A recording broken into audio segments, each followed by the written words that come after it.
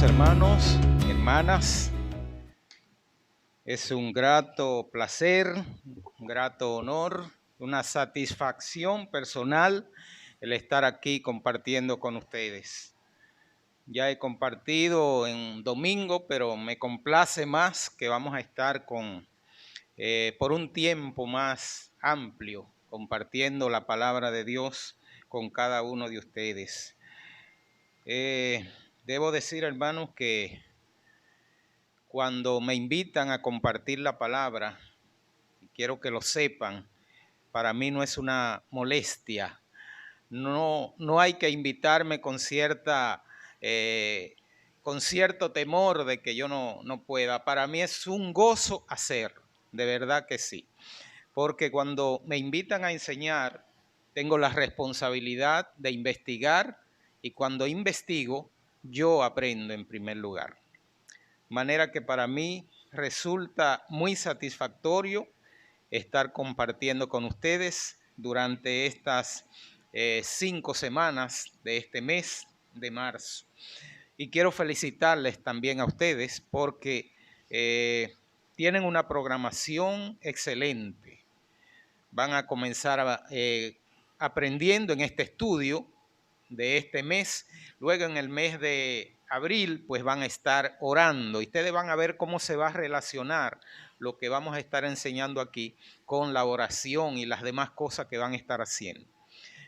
Luego en mayo también continuarán con otro tema sumamente importante, de manera que vale la pena hacer el esfuerzo, como decía mi hermano Leónidas. No se queden e inviten a otros para que vengan. Bien, vamos antes de continuar, vamos a orar al Señor, dándole gracias por este momento y pidiendo su dirección. Oremos, amante Dios y Padre que estás en los cielos. Te damos infinitas gracias porque nos concedes el honor, la gracia de estar aquí, oh Dios, para enseñar tu santa y bendita palabra. Pedimos que tú seas, Señor, el guía, como dijo Isaías, tú pases carbones encendidos por nuestros labios para que sean purificados y tu palabra llegue a cada corazón de la manera que debe ser. Oh Padre amado, glorifícate. Gracias por cada hermano, cada hermana que está aquí y aún los que no están aquí, pero que de algún modo están escuchando este mensaje, este estudio de tu palabra. Te pido que tú les bendiga, les guardes y les prosperes en todos sus caminos. Muchas gracias, te lo pedimos en el nombre de Jesús. Amén. Bien, hermanos, debo introducir el tema de lo que vamos a estar hablando durante este mes. Miren, el estudio que vamos a compartir con ustedes está basado en el libro de los Hechos, especialmente en los primeros 8 capítulos. Y lo hemos llamado Retomando los Fundamentos de la Primera Iglesia. Yo siempre creo que vale la pena, usando un término, digamos, muy de tecnología, vale la pena a veces resetearnos de vez en cuando, porque pasa el tiempo y a veces nos vamos como amoldando a los tiempos y a las cosas y como que caemos en una situación un poco ambivalente y necesitamos como volver al principio para que nos mantengamos encarrilados. Retomando los fundamentos de la primera iglesia es nuestro tema general. De este tema vamos a estar compartiendo en el día de hoy, la introducción y luego vamos a hablar del nacimiento y la unidad de la iglesia. Nacimiento y unidad de la iglesia luego de la introducción. En la próxima semana estaremos hablando de una iglesia que persevera, una iglesia perseverante. En la tercera semana estaremos hablando de una iglesia íntegra. En la cuarta, una iglesia que sirve, una iglesia servicial, una iglesia de servicio. Y terminaremos con el tema una iglesia misionera o una iglesia que predica. Ya ustedes saben el material que vamos a estar compartiendo. De manera que háganle saber a los que no pudieron estar que no se queden a partir de la próxima semana. Bien, como dije, nuestra serie de estudio está basada en el libro de los Hechos de los Apóstoles. Este libro, deben saber, ¿verdad? Si vamos a hablar del libro de los Hechos, cuáles son las principales, el principal o el autor de este libro, porque cuando leemos debemos saber quién escribió, por qué lo hace, sus diferentes cualidades y características. Está basada en el libro de los Hechos, como dije, escrito por Lucas, que es el mismo autor del libro que lleva su nombre, el libro de San Lucas, el Evangelio según San Lucas. Este escritor del Evangelio según San Lucas es el mismo que escribió el libro de los Hechos, por si alguno no lo sabía. Se estima, amados hermanos, que el libro de los Hechos es un complemento o continuación del Evangelio de Lucas, ya que ambos los dirige a una persona de su alta estima, llamado Teófilo. Vamos a ver cómo convergen estos dos, el libro de Lucas y el libro de los Hechos, es decir, el Evangelio según San Lucas y el libro de los Hechos. Vamos a ir leyendo algunas porciones de la palabra.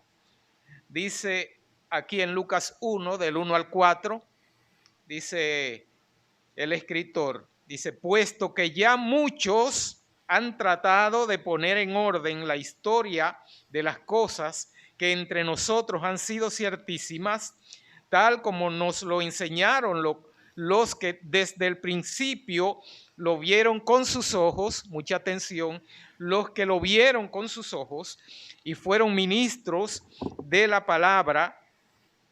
Me ha parecido también a mí, después de haber investigado con diligencia todas las cosas desde su origen, escribírtela por orden, oh excelentísimo Teófilo, para que conozcas bien la verdad de las cosas en las cuales has sido instruido. Una paradita aquí, ¿verdad? Él se dedica a escribirle a Teófilo, entendemos un amigo personal de él o un discípulo de Lucas, una persona que había recibido al Señor, que había sido, que era creyente, y da la idea de que Lucas se había encargado de, como decimos nosotros hoy día, de instruirlo en los caminos del Señor o darle mayor instrucción de la que había recibido. Entonces, él, además de lo que ya él conocía, Lucas le dice que me ha parecido bien, después de haber investigado mucho, escribirte todo lo que tiene que ver con los acontecimientos que rodearon lo que fue el ministerio de Jesucristo. Dice, para que conozcas bien la verdad de las cosas en las cuales ha sido instruido. Entonces dice, leímos aquí, dice que esta parte es una especie de tratado, ¿verdad? En el Evangelio de Lucas. Entonces dice él en el libro de los Hechos ahora, versículos del 1 al 3, en el primer tratado, es decir, en el Evangelio de Lucas, en el primer tratado, oh Teófilo, hablé acerca de todas las cosas que Jesús comenzó a hacer y a enseñar, hasta el día en que fue recibido arriba, después de haber dado mandamiento por el Espíritu Santo a los apóstoles que había escogido, a quienes también después de haber padecido se presentó vivo con muchas pruebas indubitables, apareciéndoseles durante 40 días y hablándoles acerca del reino de Dios. Ustedes ven cómo se encuentran estos dos pasajes, es decir, la última parte del Evangelio de Lucas y la primera parte del libro de los Hechos. Él habla de un primer tratado. Es como diciéndole, este libro de los Hechos es la continuación, es el segundo tratado, para que tú entiendas de qué estamos hablando. Y miren qué interesante que él dice aquí, hasta que fue recibido arriba. Si ustedes buscan en el libro de en el Evangelio de Lucas, lo último que hay es la ascensión de nuestro Señor Jesucristo. Es lo último que hay. Él dice, hasta ahí te enseñé estas cosas. Es como diciéndole, a partir de ahora voy a continuar ahí mismo donde nos quedamos. Ven ustedes qué interesante. Me preguntaba yo, qué interesante hubiese sido, no que esté mal, pero que donde está el Evangelio de Juan estuviera el Evangelio de Lucas. No quitaría nada, ¿verdad? Y que usted lea el Evangelio de Lucas y luego Hechos y se da cuenta que es como lo vería como más continuo. Ahí mismo te dice, pero tiene que ver el Evangelio de Lucas con el libro de los Hechos. ¿Qué podemos decir en cuanto a Lucas, ya que lo hemos mencionado? No es mucho lo que se sabe, sin embargo, siempre hay cosas que podemos encontrar, que se pueden saber acerca de este hombre. Se tiene conocimiento de que era médico, de acuerdo a cómo lo califica el mismo apóstol Pablo en Colosenses 4:14. Dice, os saluda Lucas, el médico amado, y Demas, otro colaborador del apóstol Pablo. Lucas no tenía ascendencia judía, es decir, era un gentil y probablemente, casi seguro, el único gentil en formar parte de los escritores del Nuevo Testamento. Interesante, ¿verdad? Si ustedes pueden tomar nota de esas cosas, no está de más. Nosotros investigamos las cosas, ¿verdad? Pero cuando ustedes la escuchan, con solo anotarla, pues ya la tienen ahí. Y es interesante tener datos, que es lo que vamos a dar mayormente en esta primera intervención. Lucas no fue uno de los apóstoles, atención, que cualquiera diría eso. Y, pero el apóstol Lucas, ¿verdad? Es el evangelista Lucas porque escribió uno de los evangelios. Pero Lucas no fue uno de los apóstoles, pero sí un cercano amigo y colaborador del apóstol Pablo en sus años de misionero. Miren que cuando ustedes leen en los últimos capítulos, a partir de la mitad del libro de los Hechos, o tal vez antes, ustedes ven cómo él se integra, cuando comienza a hablar del apóstol Pablo, cómo él se integra en las cosas que ocurrieron, que pasaron con ellos dos. Y él no se limita a narrar lo que le ocurrió a Pablo, sino dice, nos pasó esto, nos pasó lo otro, porque él no lo dejó de acompañar prácticamente nunca. Lucas se mantuvo al lado del apóstol Pablo todo el tiempo, colaborando con él de una manera extraordinaria. Fue uno de los, Lucas no fue apóstol, pero sí, como dije, un cercano amigo y colaborador del apóstol Pablo en sus años de misionero. Otro dato, Lucas, a pesar de no haber sido un testigo ocular, como él dice en el pasaje que leímos anteriormente, él dice, investigué con los que vieron, con los que estuvieron presentes cuando el Señor hacía su obra misionera. Lucas investigó, pero él no fue un testigo ocular de este ministerio de Cristo. Pero fue un inquieto hombre de letras, investigador, que se interesó en dar a conocer todo lo que estuvo a su alcance en relación al advenimiento, desarrollo y ministerio del Hijo de Dios. Ustedes sabían que Lucas fue el único escritor de los evangelios que revela lo que le ocurrió al niño Jesús en el templo. ¿Recuerdan este dato? Cuando el niño se le perdió a José, a María, ¿y dónde está el niño? Y ellos buscándolo por todas partes. Y volvieron a otro lado y no lo encontraban. Entonces llegaron otra vez a Jerusalén y lo encontraron en el templo, interactuando con los doctores de la ley. Y allí le dice María, hijo, ¿por qué nos has hecho esto? Y él le dice, en los negocios de mi padre me es necesario estar. Saben que Lucas es el único que narra esto, ¿verdad? De manera que él se interesó en investigar muchas cosas con relación al ministerio de Jesús. Esto ocurrió cuando el niño tenía apenas 12 años.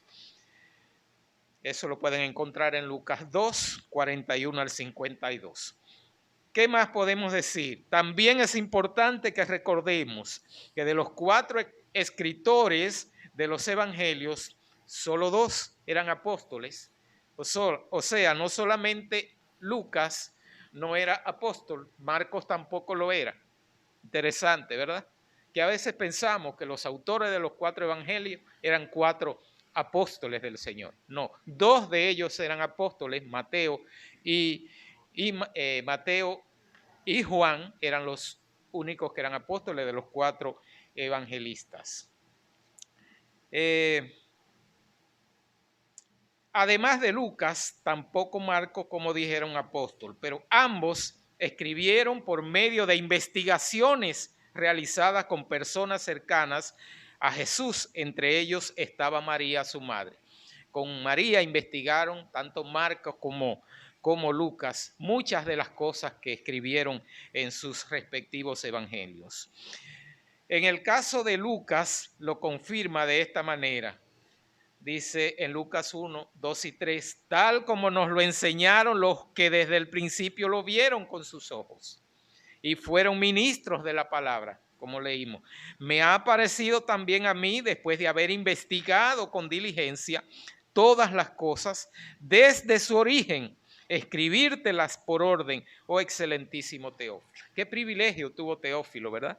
De que Lucas se tomara el trabajo de investigar todo lo más que él pudo, investigar y ponerle en orden a Teófilo todas estas enseñanzas. Qué bien, qué interesante. Hermanos, lo interesante en cuanto a Lucas es que a pesar de no haber sido un apóstol, su escritura entra en el grupo de los evangelios sinópticos. Interesante. ¿Qué queremos decir? Ustedes han oído hablar de los evangelios sinópticos. Sinópticos son los que tienen el material escrito muy similar. Es decir, hay 3 de los 4 evangelios que son sinópticos: Mateo, Marcos y Lucas. Ustedes encuentran más o menos las mismas historias con ciertas excepciones, ¿verdad? En Lucas tiene varias que no están en Mateo ni Marcos, pero los 3 tienen más o menos un estilo de escribir muy similar y las historias son muy similares o iguales, muchas de ellas están escritas con tal vez muy poca diferencia. Entonces, si 3 de ellos son sinópticos, hay uno que no lo es. Estamos hablando del Evangelio de Juan. Ustedes ven que no se parecen, el material que tiene Juan en su Evangelio no se parece al material que tienen Mateo, Marcos y Lucas. Es decir, Juan se fue por otra línea, es decir, lo que Juan recoge en su Evangelio son otras historias que, aunque son diferentes, no dejan de ser ciertas, ¿verdad? No dejan de ser reales, sino que él se fue por otro lado. Narró historias que no narraron los otros 3. Es interesante. Entonces, ¿qué decía yo que es interesante? Que el Evangelio de Lucas entra dentro de los sinópticos, es decir, uno de los autores de los que coincide Lucas era apóstol y el otro no. De manera que él entra ahí. Miren que cómo encaja su evangelio de una manera tan extraordinaria. Lo que nos da a entender que sus investigaciones fueron muy acertadas. Y vale decir, hermanos, que el que investiga, sobre todo informaciones, datos, no se conforma con lo que alguien en un momento dado le diga sobre algún hecho. Investiga con otras personas, toma varias fuentes para sacar conclusiones y decir verdaderamente así fue, porque ya me lo han dicho, no una persona, sino 3, ¿verdad? De manera que ese fue el estilo de Lucas para investigar como debe ser. Hay que buscar fuentes más de una para estar seguro de que lo que estamos diciendo es así. Juan mismo es el que enfatiza, oigan bien, propósito de Juan, que es el evangelio no sinóptico. Dice que Juan mismo es el que enfatiza al final de su libro la gran cantidad de historias que se escenificaron alrededor de Jesús. Y él dice, pero humanamente era imposible recogerlas y mucho menos escribirlas, dice él al final.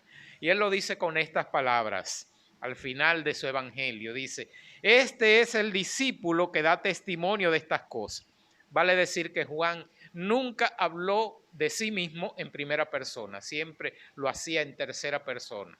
Cuando hablaba de sí mismo, lo hacía un discípulo y se refería a él mismo.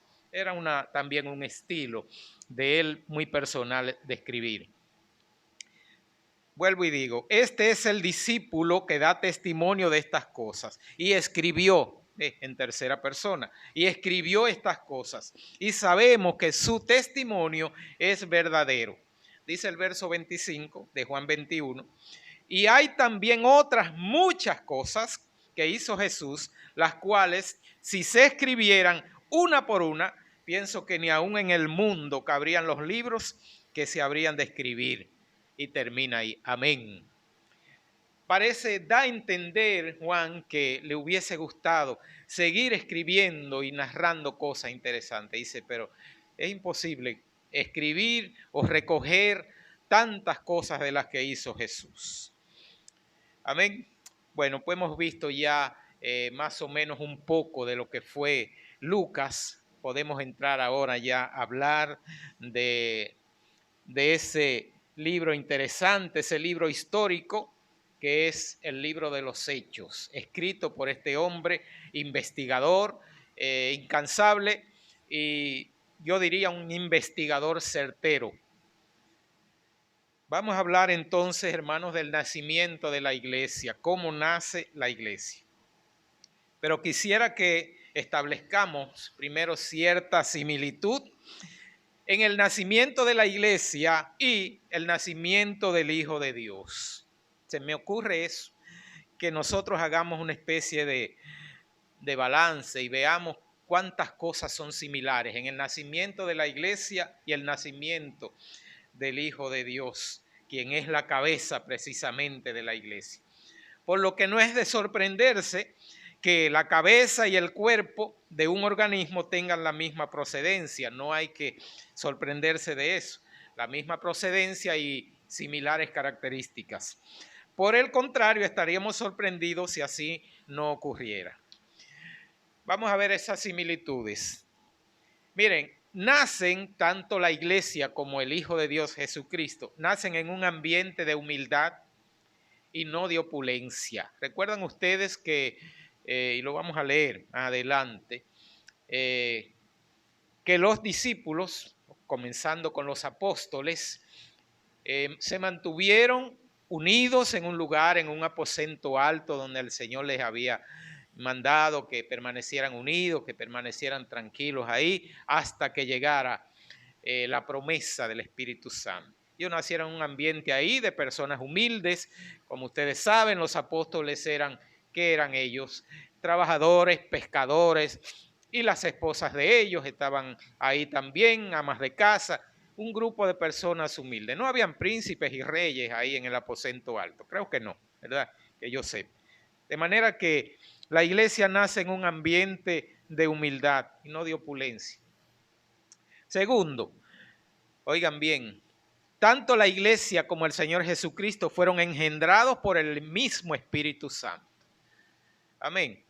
Fueron engendrados por el Espíritu Santo. El Señor le dijo, esperen ahí hasta que llegue el Espíritu Santo. Bueno, dice Hechos 1:8, pero recibiréis poder cuando haya venido sobre vosotros el Espíritu Santo y me seréis testigos en Jerusalén, en Judea, en Samaria y hasta lo último de la tierra. De manera que ahí cuando llega el Espíritu Santo realmente se engendra la iglesia. Tercero, al nacer, oigan bien, ocurrieron eventos o fenómenos sobrenaturales. Ya ustedes saben lo que ocurrió cuando nació el Señor Jesucristo. Una estrella guió a los magos. Y ustedes dirán, ¿pero cómo? Todos sabemos, ¿verdad?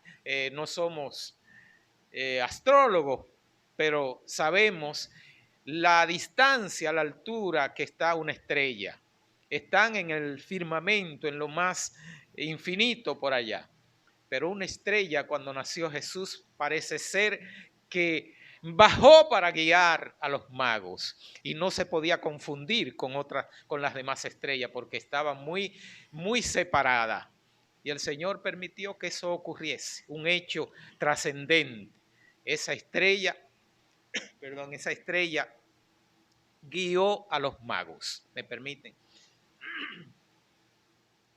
Le pido disculpas que hay una pequeña afección en la garganta que como que no suelta uno.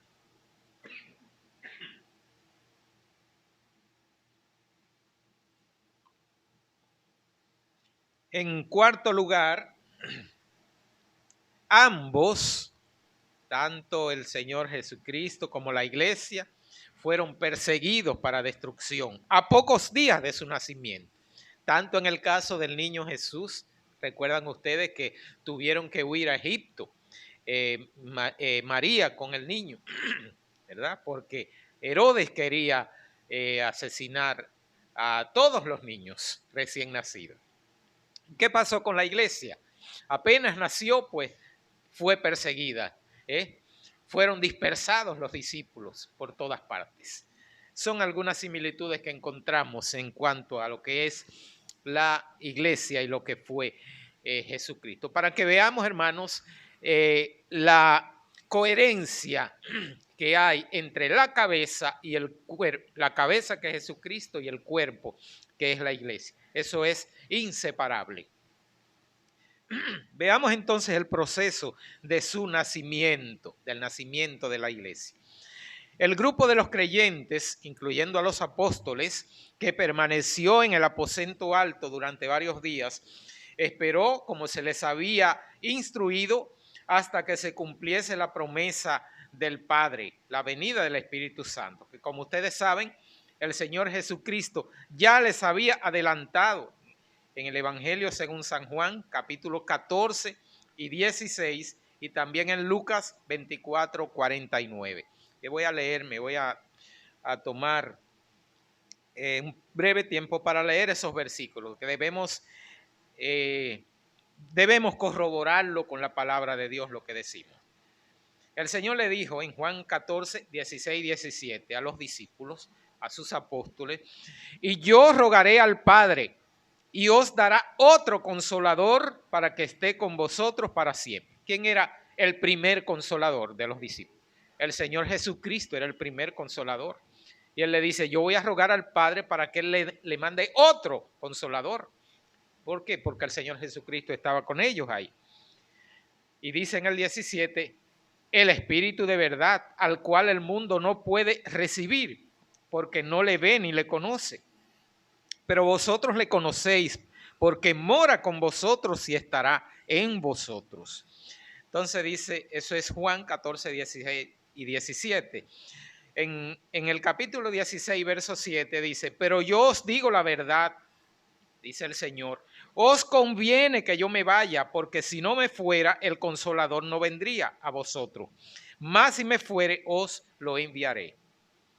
Y dice Lucas 24, 49, he aquí yo enviaré la promesa de mi Padre sobre vosotros, pero quedaos vosotros en la ciudad de Jerusalén hasta que seáis investidos de poder desde lo alto.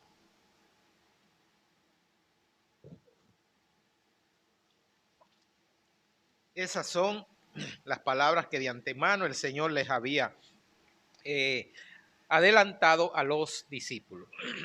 Hechos capítulo 2 es el texto que marca el principio de la iglesia, que ya más o menos les he hablado, pero dicen los versos, versículo 1 al 6 del capítulo 2, dice, cuando llegó el día de Pentecostés, estaban todos unánimes juntos.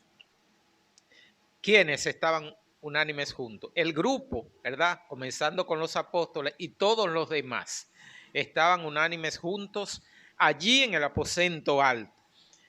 Dice, y de repente vino del cielo un estruendo como de un viento recio que soplaba. el cual llenó toda la casa donde estaban sentados, y se les aparecieron lenguas repartidas como de fuego, asentándose sobre cada uno de ellos. Y fueron todos llenos del Espíritu Santo y comenzaron a hablar en otras lenguas, según el Espíritu les daba que hablasen. Moraban entonces en Jerusalén judíos, varones piadosos, de todas las naciones bajo el cielo.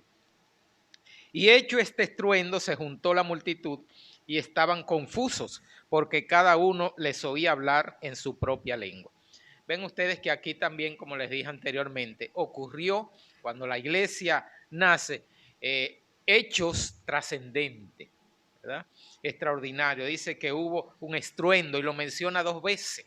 Hubo un estruendo y además hubo esta parte interesante, dice que todos fueron llenos del Espíritu Santo y comenzaron a hablar en otras lenguas según el Espíritu les daba que hablase. Estamos hablando, hermano, prácticamente que toda esa gente, tanto los apóstoles como los discípulos que estaban ahí, comenzaron a hablar lenguas que ellos no habían estudiado, idiomas que no tenían conocimiento de él, sino que el Espíritu Santo los ponía a hablar en diferentes tipos, diferentes idiomas. Verso 5 dice, moraban entonces en Jerusalén judíos que tienen su lengua, varones piadosos de todas las naciones bajo el cielo. Más adelante te habla de todos los que estaban allí, medos, partos, elamitas, los que moran en Mesopotamia, cada uno con su propia lengua. Y el Señor les puso el idioma de ellos a diferentes miembros de esta comunidad que se constituyó en la iglesia, de aproximadamente 120 que moraban en el aposento alto. Digo aproximadamente porque la palabra dice como 120. Es posible que fuesen más de 120 porque en el Nuevo Testamento acostumbraban a ser conservadores en cuanto al conteo de personas que son beneficiadas con algún milagro. El caso de los 5,000 que fueron alimentados, dice que no contaron ni a las mujeres ni a los niños. De manera que cuando dice que eran como 120, es posible que ellos dejaran fuera algunos. Y para no pasarse, son conservadores. Posible que fueran 140 o 150, pero dice, vamos a dejarlo en 120 aproximadamente, ¿verdad? Entonces muchos de ellos hablaban el idioma de las personas que moraban allí en Jerusalén en una fiesta que se hacía todos los años.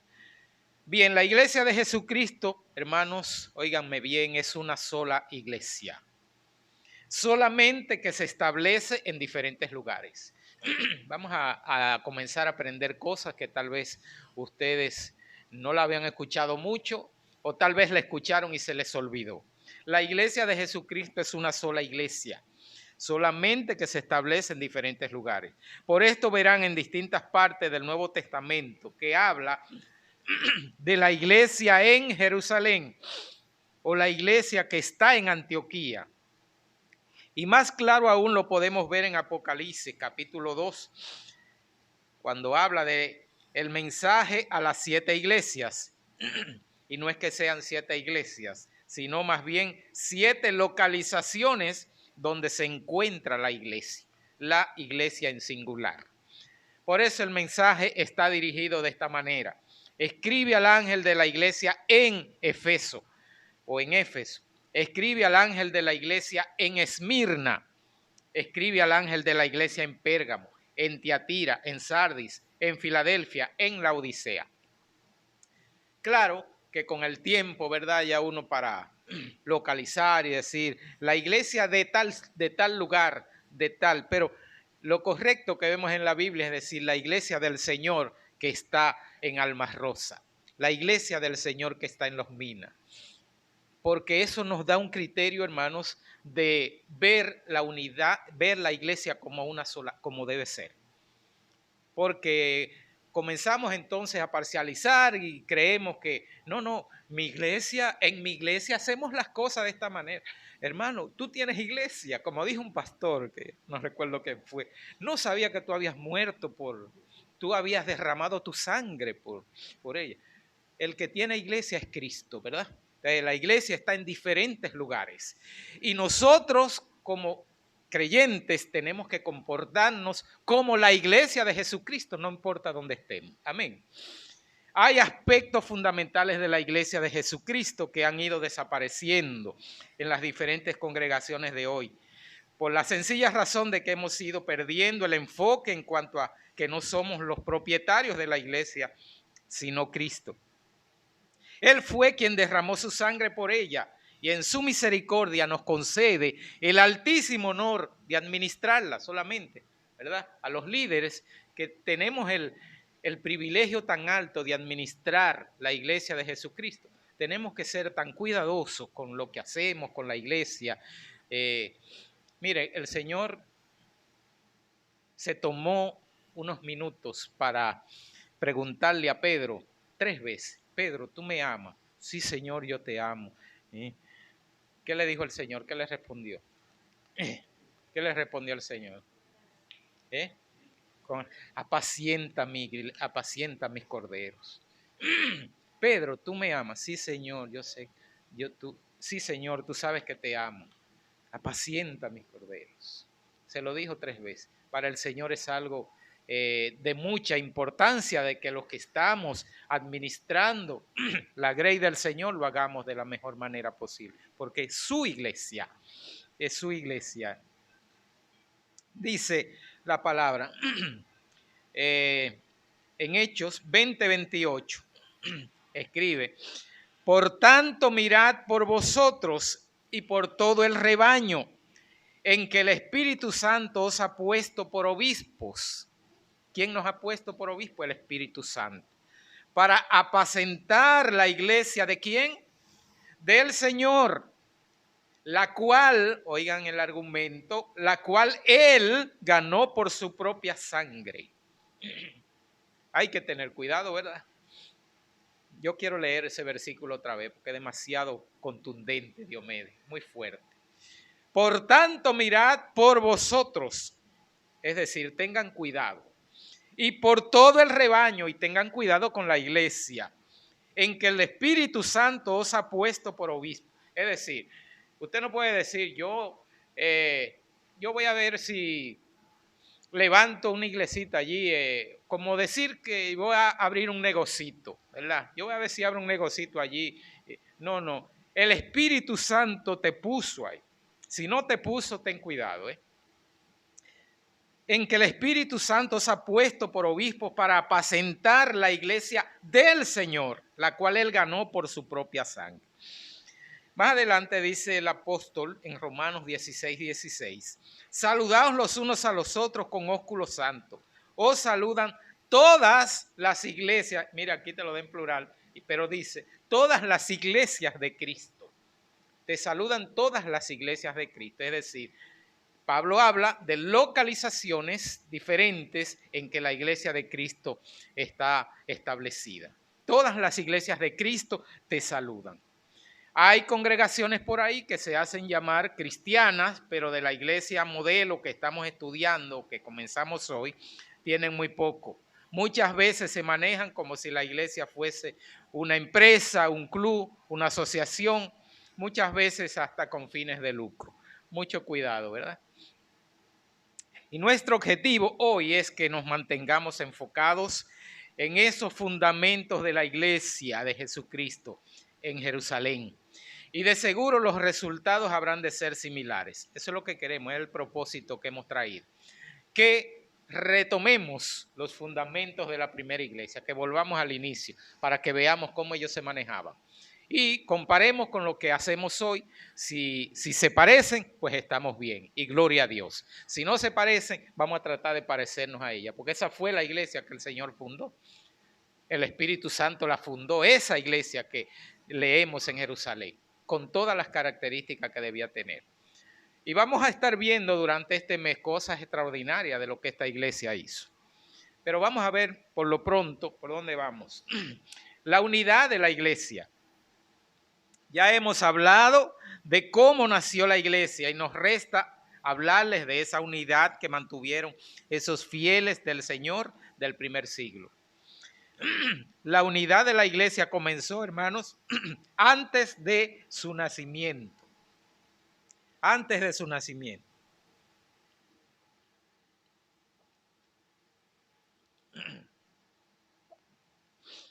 ¿Qué queremos decir con esto? Es decir, los creyentes que se juntaron en el aposento alto, aproximadamente unos 120, ya les explicaba sobre esto, aproximadamente 120 o más, recordando que cuando Jesús les decía eso, perdón hermano, recordando que cuando Jesús alimentó a la multitud, les decía, dice que como 5,000 y eran más porque no incluía a las mujeres y los niños. De manera que eran aquí aproximadamente 120 personas. Con este número se inició lo que fue la iglesia primitiva y ahí se iban agregando otros más. Se fueron agregando otros que fueron ganados por las predicaciones de los apóstoles. Muchas gracias, hermana.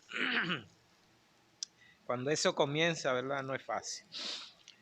Pero volviendo al aposento alto, amados hermanos,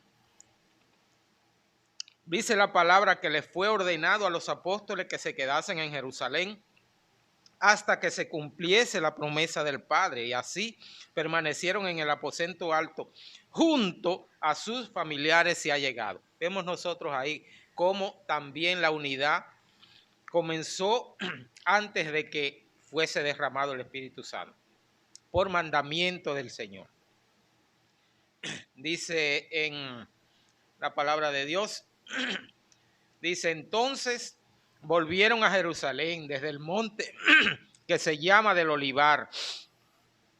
Esto fue después de la ascensión, el cual está cerca de Jerusalén, camino de un día de reposo. Y entrados subieron al aposento alto donde moraban Pedro y Jacobo, Juan, Andrés, Felipe, Tomás, Bartolomé, Mateo, Jacobo, hijo de Alfeo, Simón el celote y Judas, hermano de Jacobo. Es decir, habían ahí 11 apóstoles, lo que significa que faltaba uno. ¿Y qué hicieron ellos? Ellos aprovecharon la cantidad de personas que habían ahí, hombres con capacidad de hacer lo que ellos hicieron. Ellos eligieron ahí al que faltaba, es decir, mira, lo único que nos falta es completar el grupo, porque el Señor eligió 12 apóstoles y hay uno que ya ustedes saben lo que pasó con él, que fue Judas. De manera que vamos a aprovechar que estamos aquí para elegir a ese apóstol que falta. Dice que todos estos perseveraban unánimes en oración y ruego con las mujeres y con María, la madre de Jesús, y con sus hermanos. Luego de la fundación de la iglesia permanecieron unidos en propósito y en hermandad. ¿Qué dice Hechos 4, 32 al 35? Dice, y la multitud de los que habían creído eran de un corazón y un alma, y ninguno decía ser suyo propio nada de lo que poseía, sino que tenían todas las cosas en común. Y con gran poder los apóstoles daban testimonio de la resurrección del Señor Jesús, y abundante gracia era sobre todos ellos. Así que no había entre ellos, oigan bien, ningún necesitado, porque todos los que poseían heredades o casas las vendían y traían el precio de lo vendido y lo ponían a los pies de los apóstoles, y se repartía a cada uno según su necesidad.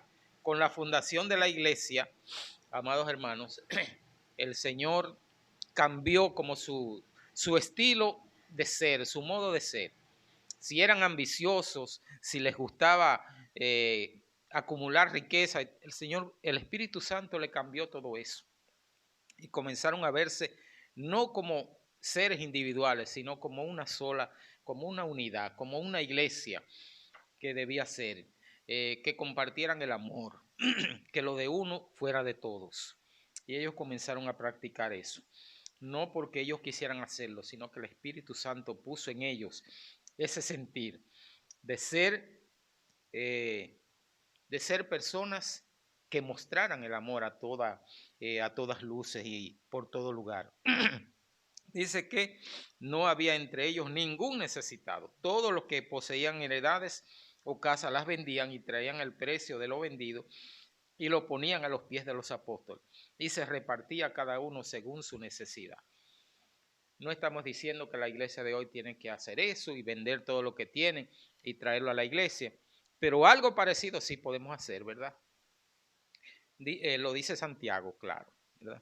¿Qué dice Santiago? No le diga a un hermano, hermano, Dios te bendiga, ven paz, sabiendo usted que él tiene necesidad. Eso es evangelio práctico.